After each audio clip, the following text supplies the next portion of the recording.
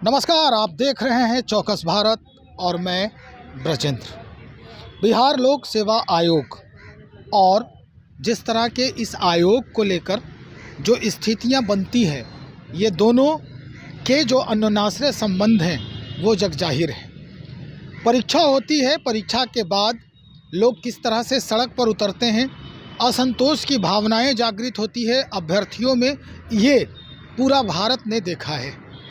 अभी तक जो भी परीक्षाएं हुई हैं उसमें कहीं ना कहीं कोई ना कोई पेच साफ नज़र आता है। अस्पष्टता किसी भी परीक्षा में अगर कहा जाए तो अभी तक देखा नहीं गया है कि हाँ, ये परीक्षा जो है स्पष्ट, बिल्कुल जो निरंकुश या बिना दाग के निकल गया हो। कुछ वर्ष पहले होते थे, आराम से परीक्षा हुआ, कोई जाना नहीं, सब कुछ अच्छा हो जाता था। लेकिन 67वीं परीक्षा की हम बात करते हैं। उस परीक्षा में क्या कुछ हुआ है, पेपर लीक हुआ, क्या हुआ, अब ये स्थिति आ गई है कि 18 जो बड़े अधिकारी हैं बिहार लोक सेवा आयोग द्वारा चयनित, जिसमें एसडीएम भी हैं, डीएसपी भी हैं, ये सारे लोग अब कानून के जद में आ गए हैं। ईओयू ने इनकी कुंडली खंगालनी शुरू कर दी है।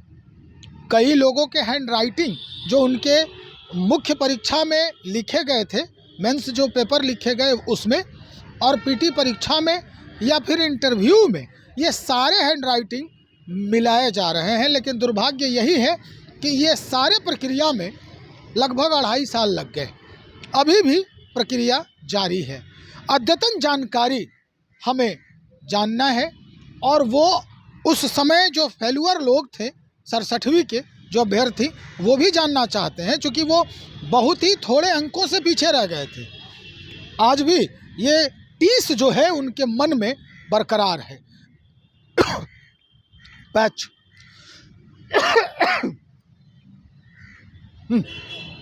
पैच।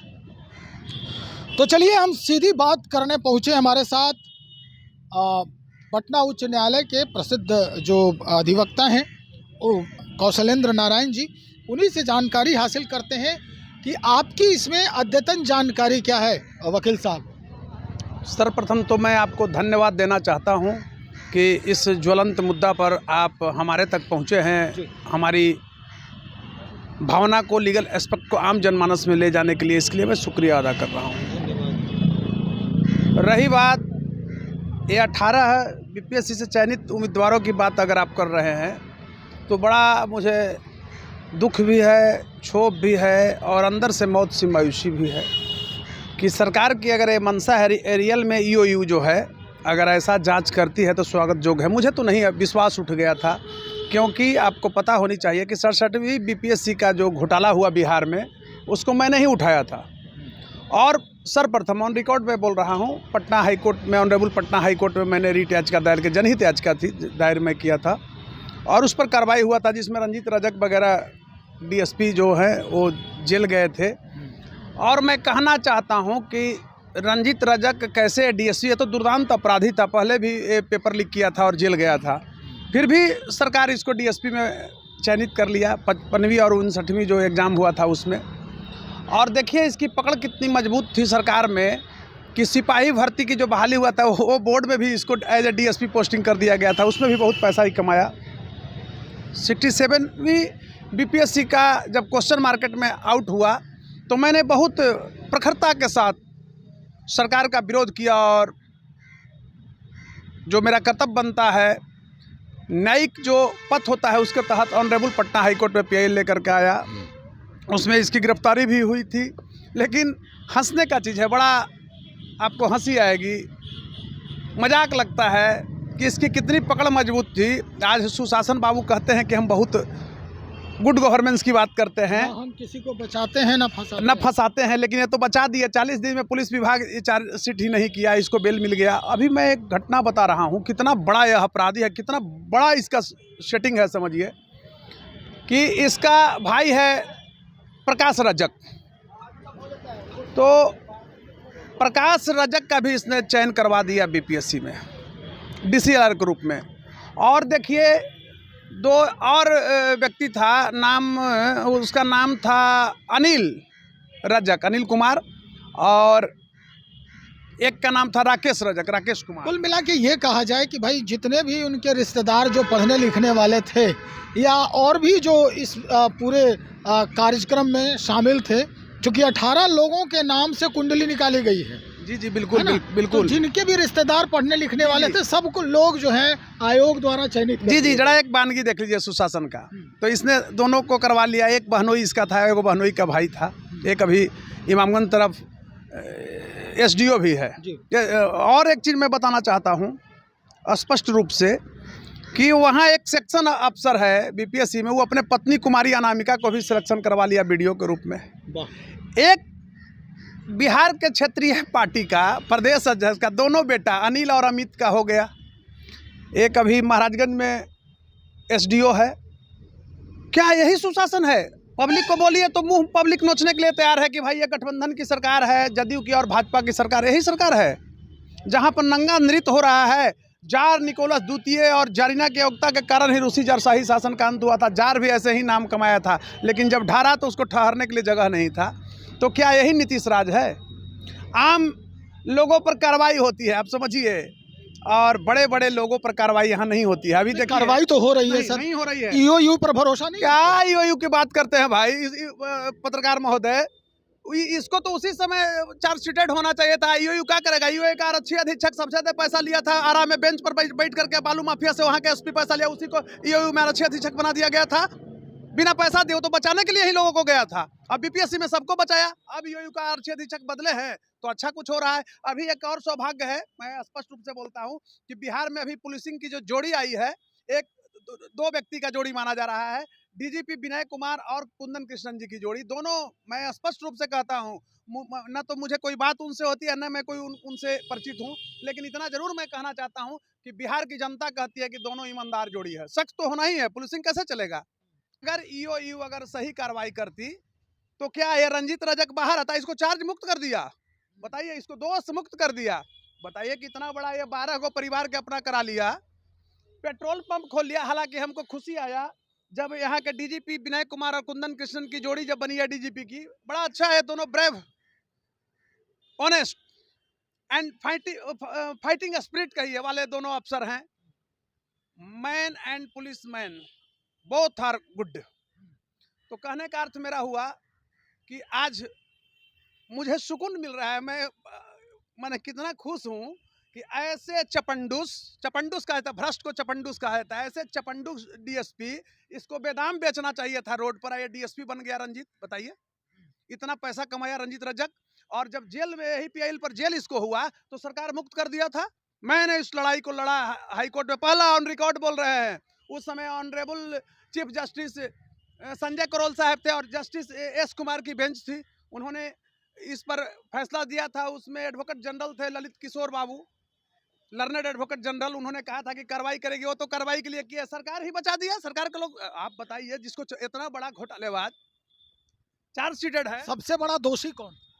सरकार। मैं कह रहा हूं, आप एक चीज हमको बताइए कि अगर एक जिला में आरक्षी अधीक्षक ईमानदार अगर पहुंच जाते हैं तो थाना प्रभारी की हिम्मत है कि पैसा लेगा? आपसे छुपा हुआ है। जितना भी भोजपुर एरिया का थाना प्रभारी है और पटना एरिया का जो आपको बता रहे रेडियस में आपको दियरा क्षेत्र का है, ये सब कमाता है, 100 करोड़ रुपया कमाए हुए है। क्या सरकार को पता नहीं है? ये सब बालू माफिया से पैसा लेता है। अधिवक्ता महोदय, आप सरकार पर उंगली उठा रहे हैं।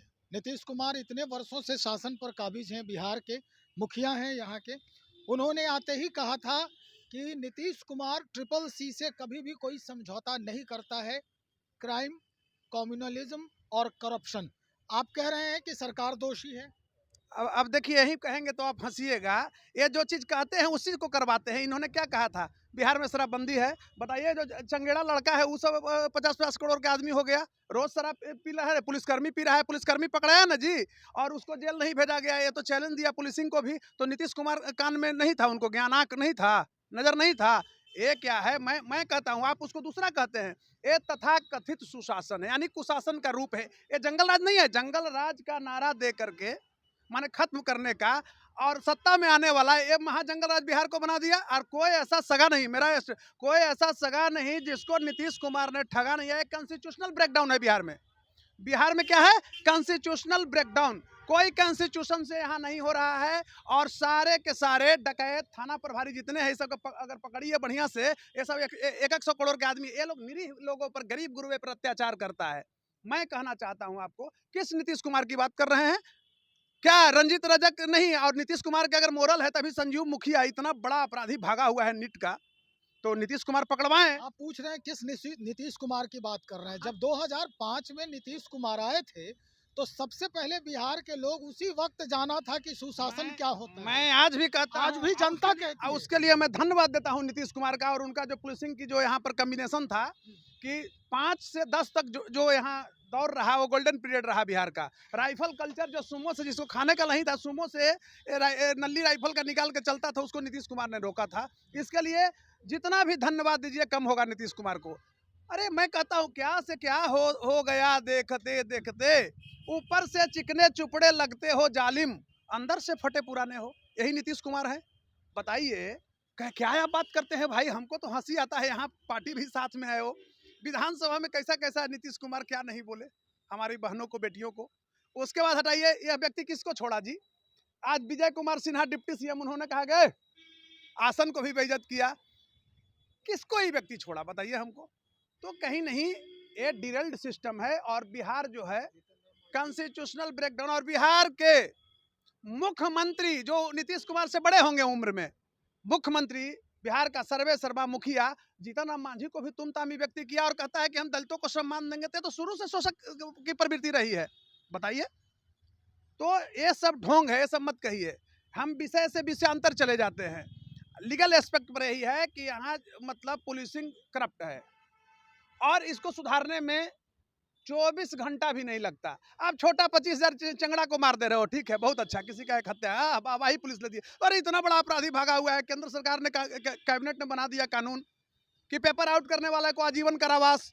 तो क्यों भगाए हुए हो भाई? पुलिस का, बिहार पुलिस का अकबाल खत्म कह दो सीधे। मैंने बार बार कहा था, भट्टी भी जिस समय था कि भट गई है भट्टी की पुलिस। जिस तरह से पुलिस अभी देख रहे हैं ना, हालांकि एक बहुत बड़ा चीज दिया है, वो सारण के एसपी ने बहुत ही सराहनीय कार्य किया है कि तुरंत थाना प्रभारी को वहीं से जेल भेज दिया। क्यों? कि उसने 35 लाख रुपया छीन लिया। बताइए, पुलिस ये तो भाई रक्षक भक्षक है। अभी आप देखिए, वहां से हट करके देखिए, एक डीओ के यहाँ पकड़ाया 2 करोड़ रुपया। सुभाष गुप्ता इतना बड़ा भ्रष्ट डीओ, उसके खिलाफ हमने आंदोलन किया था, तो उसको सस्पेंड सिर्फ हुआ है। देखे है ना सुभाष गुप्ता को। अभी श्री हसन, उसका नाम है श्री हसन, देखिए वो कितना चालबाज है। श्री हसन आरा का डीओ है, वो कम से कम कमाया है 500 हजार करोड़ अरबों रुपया। पूरा पैसे लूट गया, कहीं देवे नहीं किया। तो क्या ये सरकार को पता नहीं? अरे ये लोग पैसा लेके पोस्टिंग करवाता है।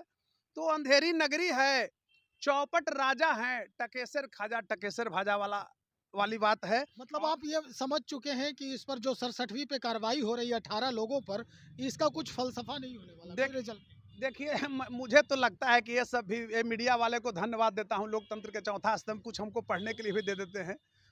मेरा भरोसा पुलिसिंग से यहाँ उठ रहा है, जुडिशियरी ही कुछ कर सकती है। इसलिए कि भाई बताइए ना, कि जो आरा में पैसा लूटा बालू माफिया से, और उसी को आरक्षी अधीक्षक यूयू में बना दिया था, मामूली घुसखोर रहा है, तो नहीं जानते हैं? अभी जिस महाराजगंज में पोस्टिंग है वो अनिल का एसडीओ के रूप में, उसको पब्लिक क्या कहती हो जी कि वो घुसखोरवा आया है, तो बहाली इसको ही हुआ है। तो ये डिप्टी कलेक्टर का स्तर घटा है नीतीश सरकार में, ये अफसरों का स्तर घटा है। सीधे कह रहा है, पहले देखिए, पहले जाता था डिप्टी कलेक्टर, गांव में इज्जत होता था, रूरल एरिया में रहना था बीडीओ को। आज कोई इज्जत मिलता है? जानता है कि तो ऐसे आगे है, मड़ुआ मकई है, इसको कुछ बुझाता नहीं है, कहीं से बहाल होकर चला आया है, पैसा है, कहीं से पैसा लूटा होगा।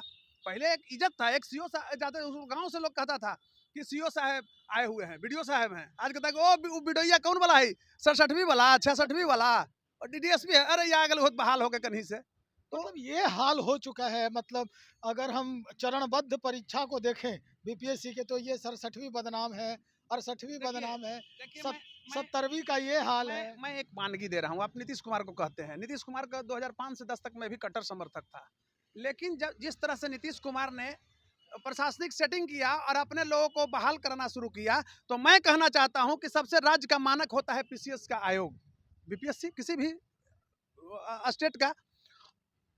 और उसमें जब नीतीश कुमार इस तरह से करा रहे हैं, माने after independence movement Nitish Kumar पहला मुख्यमंत्री हुए पूरे भारत में जिसने भ्रष्टाचार को बढ़ावा दिया और अपने लोगों को खुली छूट दे दिया कि जितना घुसखोरी करो, बीपीएससी में डिप्टी कलेक्टर बनाओ, गरीब गुरुबे के बेंच पर बैठ के पैसा पॉकेट से निकालो, चाहे वो सीओ और बीडीओ। बहुत शुक्रिया। जो अधिवक्ता हमारे साथ कौशलेंद्र नारायण जी बात कर रहे थे, पटना उच्च न्यायालय के अधिवक्ता हैं, जाने माने अधिवक्ता हैं। इनसे हमारी बातचीत हो रही थी कि अद्यतन जो स्थिति है उन 18 अधिकारियों की जो बीपीएससी ने उनको चयनित करके समाज में डिपुट किया था कि भाई ये पूरे समाज का जहाँ जहाँ भी ये रहेंगे ये जीर्णोद्धार करेंगे, जहाँ जहाँ समस्या आ रही है। लेकिन ईओयू के ये लोग रडार पर चढ़ गए और ईओयू अब ये मान रही है कि नहीं, ये समाज का जीर्णोद्धार नहीं करने वाले हैं, समाज का बंटाधार करने वाले हैं।